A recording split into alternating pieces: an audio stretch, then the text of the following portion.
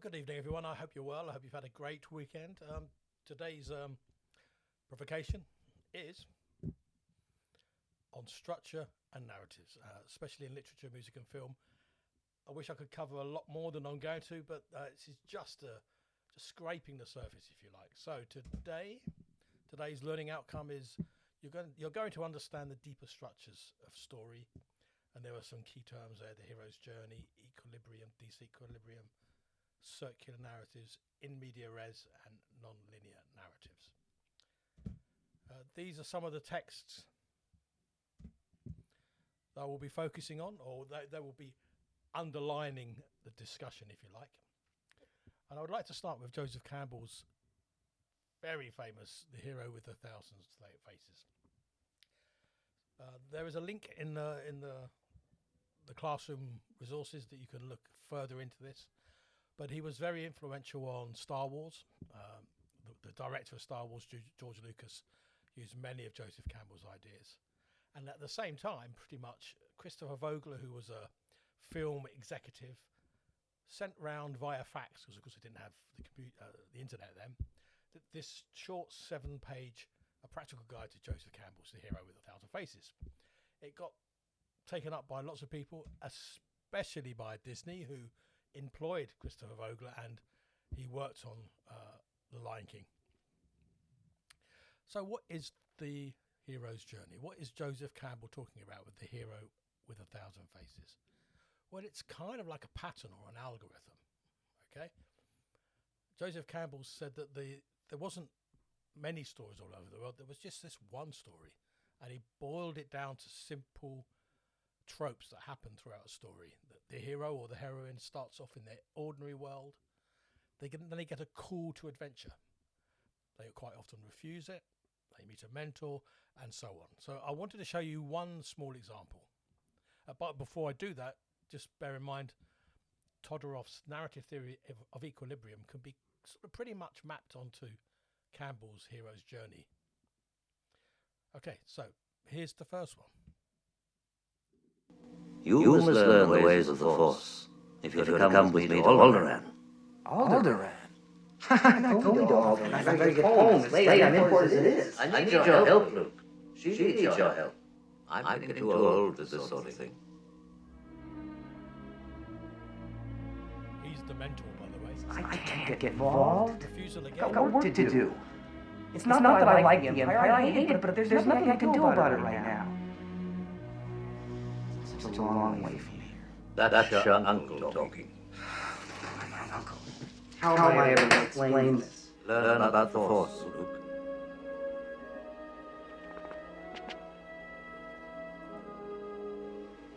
Look, I can take you as far as Anchorhead. You get a transport there to Mos Eisley or wherever you're going. You must do what you feel is right. So there's the first one. The second one is... Shut up.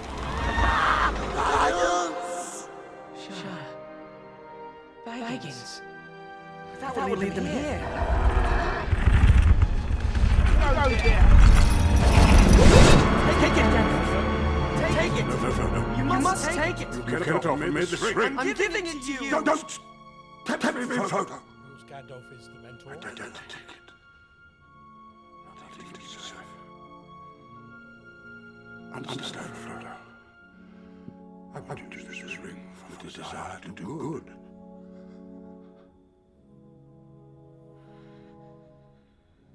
But through me, it will wield the power to great and terrible to imagine. But it cannot stay in the Shire. No, it can't.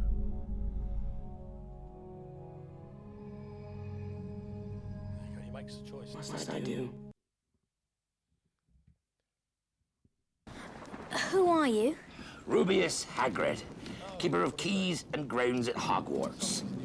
Of course, you'll know all about Hogwarts. So I'll have to move on.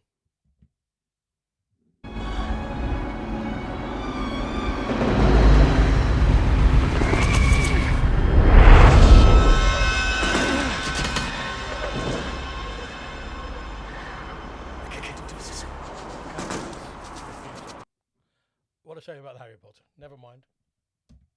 Hopefully you'll see how each of those maps onto the hero's journey on the refusal at the beginning. Okay.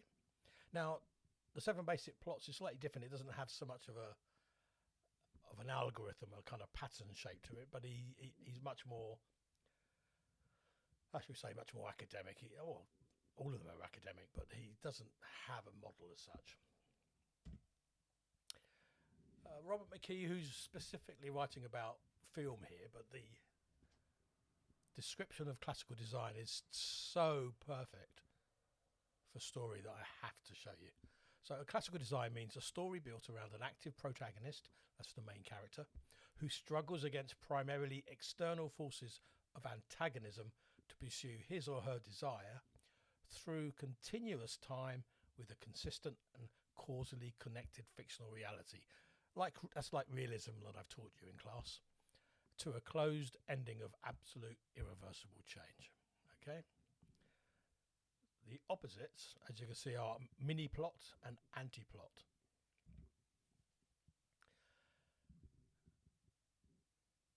Effectively, I'm not going to read you the whole paragraph, but he talks about a story design that moves away from the arch plot and down the triangle towards the far reaches of mini-plot and non-plot. The audience shrinks. And it basically says that people on a deep level respond to the classical design. Right, so I'm going to show you now how underlying structure works. Ovid's Metamorphoses was a selection of poems written during the 2,000 years ago during the Roman Empire by Ovid, and one of the stories was Pyramus and Thisbe. Now the story goes effectively there's 2 lovers that are forbidden by their parents, in this case their fathers, who hate each other. There's a story, they run away, and eventually they both die. Well, that sounds suspiciously like Romeo and Juliet to me, and in fact it is, because that's where Shakespeare got his source material from, because in the 16th century playwrights and writers weren't expected to be original. They were expected to rip off effectively older texts or rewrite older texts. Now, Romeo and Juliet has been remade many times, and of course it's also been made into 2 musicals and a stage play as well, by the way. Effectively the same story. 2 lovers separated by opposing forces who die in the end. Well, actually in West Side Story 1961, Maria survives, and that's a slight plot change. Okay, so I'm going to show you how you can keep remaking this story, any story, to suit your needs. Now, as you know, most of you know, I'm kind of entertaining the idea of doing some writing, and one of the ideas I have is for a film, and it's based on a mythical character called the Golem, who was effectively this creature that was made out of dust or earth, and he came to rescue Jewish people.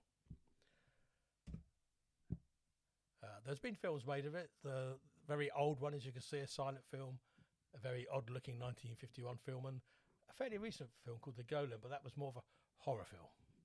That's not my intention of what I had in mind. So what I've got in mind is a kind of a monster flick. The Golem is kind of like Godzilla or King Kong, but this is the big but. Underlying this, kind of like a dual narrative, so you've got the action horror, the monster movie. Underlining that is a love affair between a Palestinian woman and a Jewish man.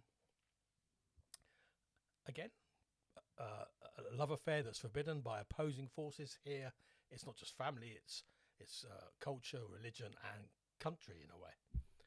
But effectively, it's using Romeo and Juliet in a different way.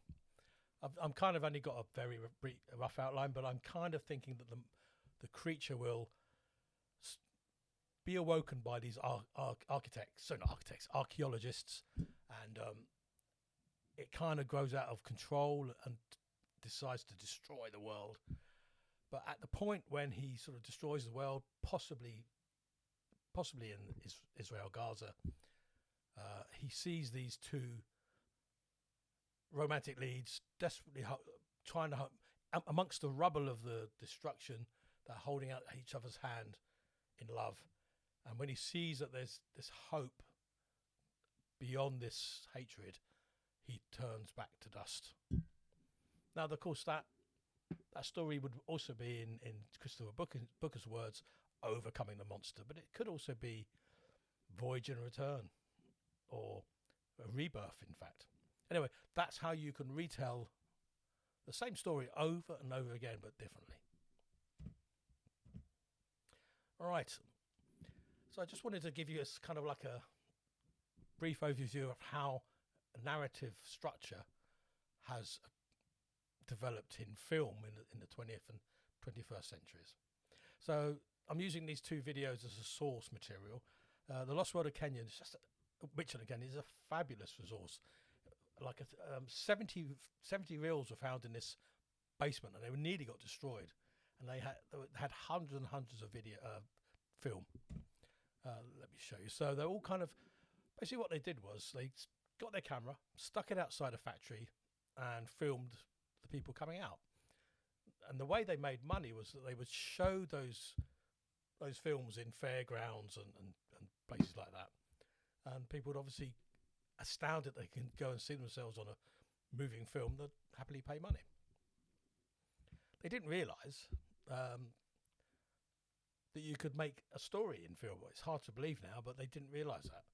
Now, the way people accessed drama, other than obviously fiction, was through the stage. And that's called a proscenium arch. All right? And the same, by the way, you can see it in cinemas as well. And when they started to make film, they sort of just stuck a camera in front of people, and people acted in front of the camera much like they would have done on stage. Again, not quite fully realising that they could create stories that, you know, cutting pieces of film and putting them together. They hadn't worked that out. So here's an example, and it's not going to play because it's embedded. Oh, blast. Hang on.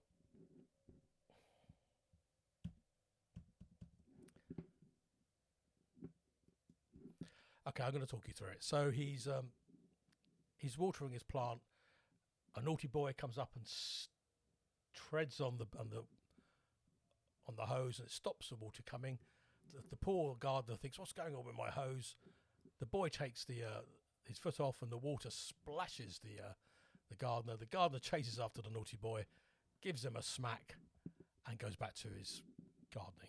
And there you have equilibrium, gardener watering the plants, disruption, naughty boy on the hose, recognition of disruption, gardener sees the naughty boy, attempts to resolve the disruption, gardener chases naughty boy, and return to a new equilibrium. He smacks the boy and carries on with his watering. Okay, so just a quick sort of 1 minute chat about GCSE really. So Todorov's theory of equilibrium is such a neat way of thinking about writing for paper 5. It doesn't have to be a deep, meaningful short story about the meaning of life. It could be a little short story about something quite minor, like a gardener watering his plants. You have between 2 and 5 pages to write. Just choose a little story and think about the whole equilibrium, disequilibrium, new equilibrium. Okay? Right, so moving on now to circular narratives. So effectively, a circular narrative is a technique where the story ends where it began. Now, there are in fact quite a few stories that do that. Just a reminder, one of the 7 basic plots of Christopher Booker is voyage and return. That is a circular narrative. In fact, one of the oldest narratives in the world has a circular narrative, the Odyssey. Okay? It's attributed to Homer, but no one actually really knows because it was a text that was handed down over the generations by lots of different poets. It was effectively sung or spoken. It wasn't written down.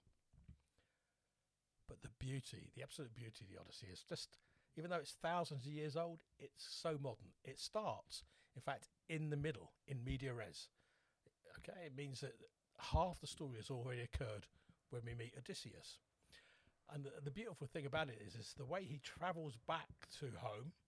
He has to go to all these different islands, and on every island he meets different people, and he, as a part of being friendly to these people, they want him to tell a story, and so each time he travels back, he tells how he got to where he was. So he's travelling back on a circular narrative, but narrating what happened to get where he got to where he was. Absolutely incredible. The oldest existing physical story is the Epic of Gilgamesh.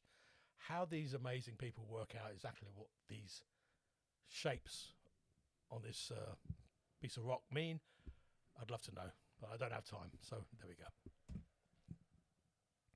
Right, so circular narrative.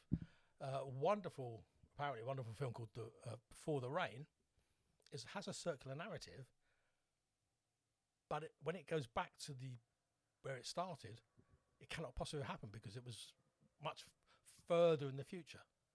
Okay, hard to explain really. So, but it's a circular narrative and a paradox. Perhaps it's talking about how war is never ending. Pulp Fiction is a non-linear narrative as well as a circular narrative.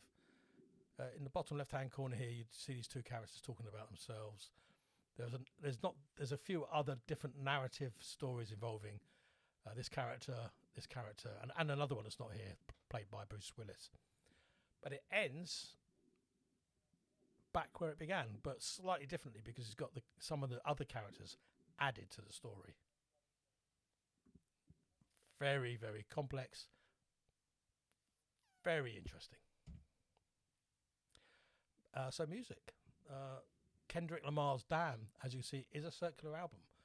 It has two samples, one at the beginning and one near the end, where the narrator, if you like, it goes up to a mad woman and says, "Do you need any help?" And she effectively shoots him. And then at the end, he kind of imagines not being shot. Definitely done on purpose. It's not coincidental because he actually released a version of the album back to front, so the songs ran in the opposite order. Finally, I just want to. I've mentioned James Joyce's Finnegan's Wake before. One of the most famous, infamous novels of the 20th century. So difficult to read. But it's a story with no real beginning or no end. It ends in the middle of a sentence and begins in the middle of the same sentence. Okay? And I will show you. So this is the first sentence of the novel. River run, past even Adams, from swerve of shore to bend of bay, brings us by a commodious vicus of recirculation back to Howth Castle and Environs.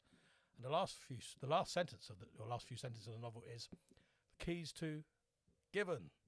Away alone at long last, and loved along the river run past there. Do you see? So that grammatically carries on at the beginning. At last, I loved along the river run past even Adams.